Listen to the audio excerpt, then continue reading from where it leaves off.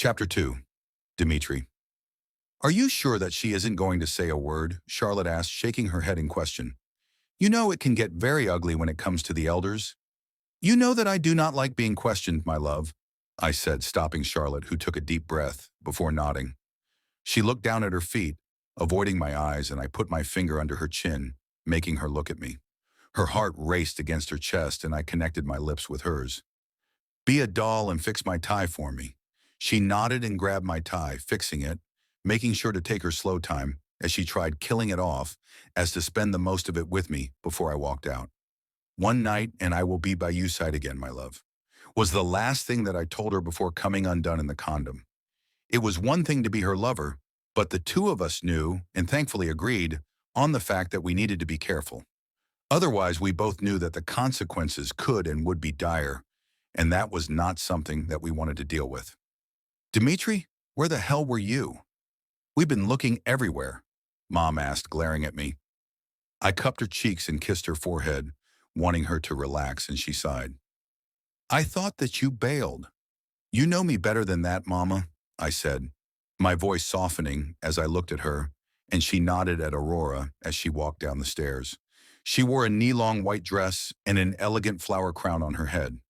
Her pack sigil was on a pendant around her neck, and when her eyes met mine, I couldn't help but notice the frown that formed on her lips momentarily before she smiled. Her heart raced against her rib cage, and I kept my eyes on hers, counting the minutes to when this was going to be done. Her mother walked toward the staircase to look at her daughter, and I watched as Aurora's eyes stayed on me, clearly avoiding the woman's hard gaze. I extended my hand to her as she reached the bottom of the stairs, and I watched as she hesitated for a moment before extending hers. I kissed her knuckle as the two of us rehearsed, and I couldn't help the frown that formed on my lips when I saw her eyes glistening for a second before she took a deep breath as she forced a smile on her face. The woman was playing a dangerous game, and I knew that if she didn't cut off the act, we would be in more trouble than we could afford. Her heart was still racing, and her hands shook in mine, but she made no attempt to pull it away. I pulled away and turned to the crowd, smiling when I saw that they had their attention on us. Charlotte, who stood in the front line, smiled and nodded at the two of us. Her eyes met mine for a second before she lowered her gaze to the ground as a small smile played on her lips. Soon, baby girl.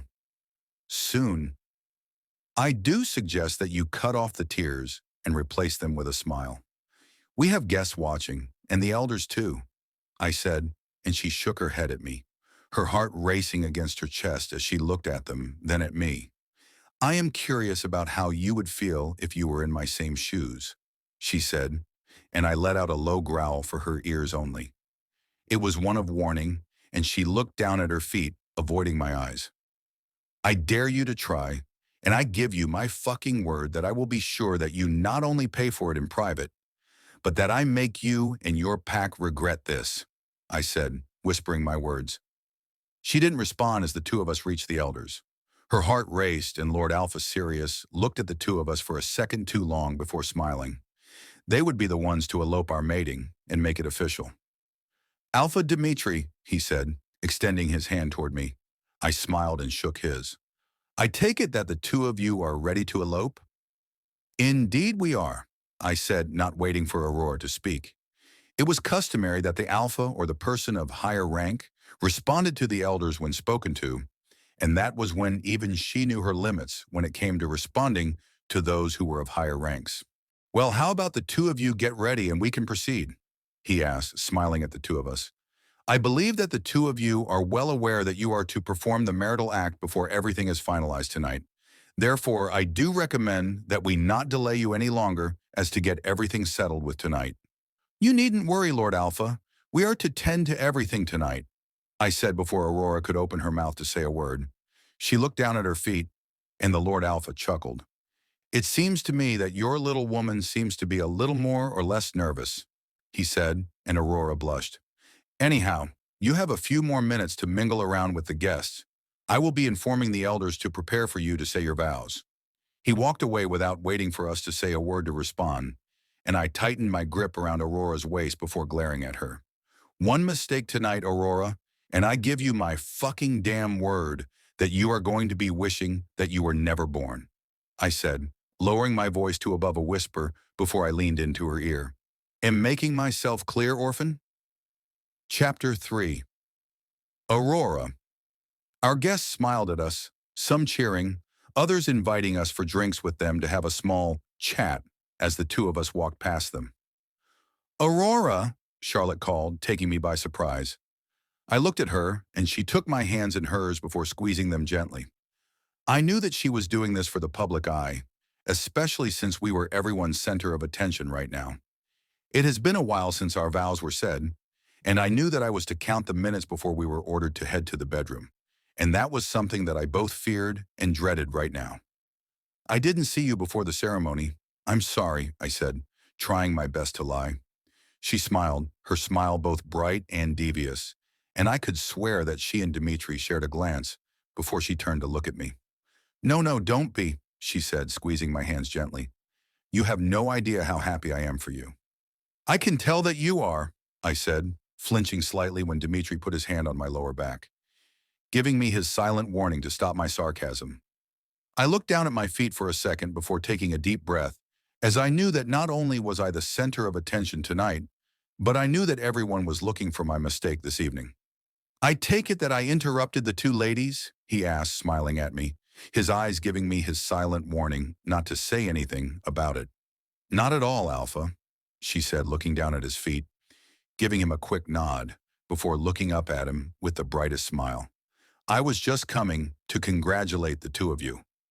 My chest ached and the air felt thick around me, but I knew better than to react. I clenched my fist for a second before forcing myself to loosen my grip as I looked at Dimitri, whose eyes were fixed on mine.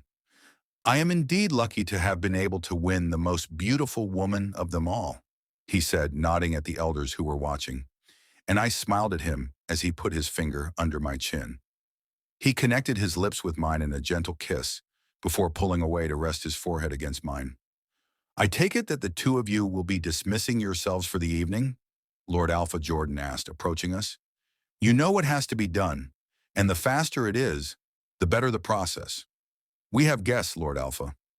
I tried persuading, wanting to delay things as much as I could.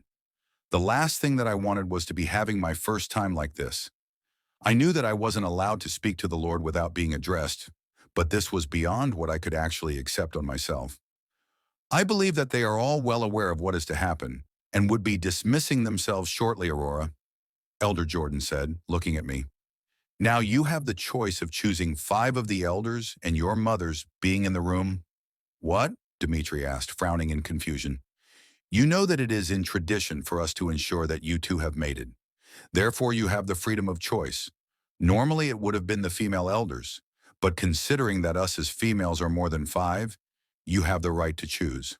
Surely we wouldn't need anyone chaperoning over us while we mate, Dimitri said, shaking his head at the woman. His mother Maria looked at him, shaking her head at her son, and he looked away from her before turning to Elder Jordan. I believe that if the Luna would be comfortable, Lord Alpha Sirius said, walking toward us, we can be fair enough by suggesting that they at least show us proof that it has been performed. I believe that would be a fair deal if they wish to have their privacy. It is not. Our time is different from theirs, and just as many things have been altered, I believe that this can be modified too, he said, looking at Aurora.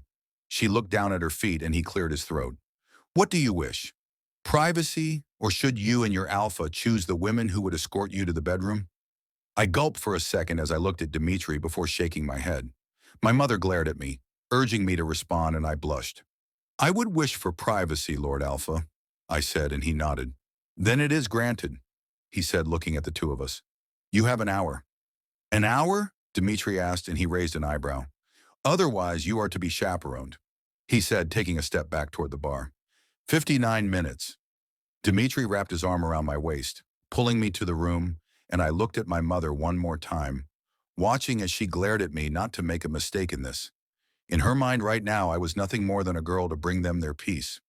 Dimitri pushed me inside the room the second we walked in, and it took me a second not to stumble on my footing before I turned around to face him. His eyes met mine for a second before he leaned in to kiss me. I took a step back, flinching, and he chuckled, shaking his head at me. I doubt that you would want the elders to be watching us, he stated, making my heart race. He kissed my neck, and I couldn't help but find myself flinching for a second, and he frowned, glaring at me. "What is your problem, Omega?" he asked, glaring at me. "Because I believe that our time is running, and your childish acts will not lead us anywhere."